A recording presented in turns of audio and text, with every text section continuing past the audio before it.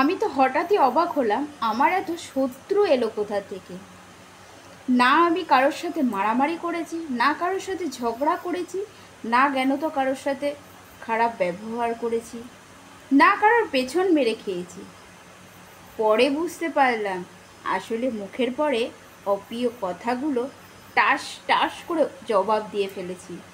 এই কারণেই আমার এত শত্রু। তাই বন্ধুরা, অপ্রিয় সত্যি কথা সবসময় সব জায়গায় বলতে নেই।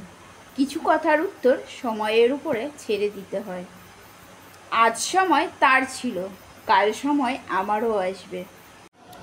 প্রতিশোধ নেওয়ার মতন ছোট লোক যেমন আমি নই, সব কিছু ছেড়ে দিয়ে ক্ষমা করে দেওয়ার মতন বড় মনও আমার নেই।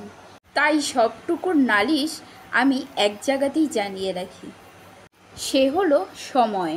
সে সব কিছু জানে, তার বিচারে কেউ কখনো ছাড় পায় না।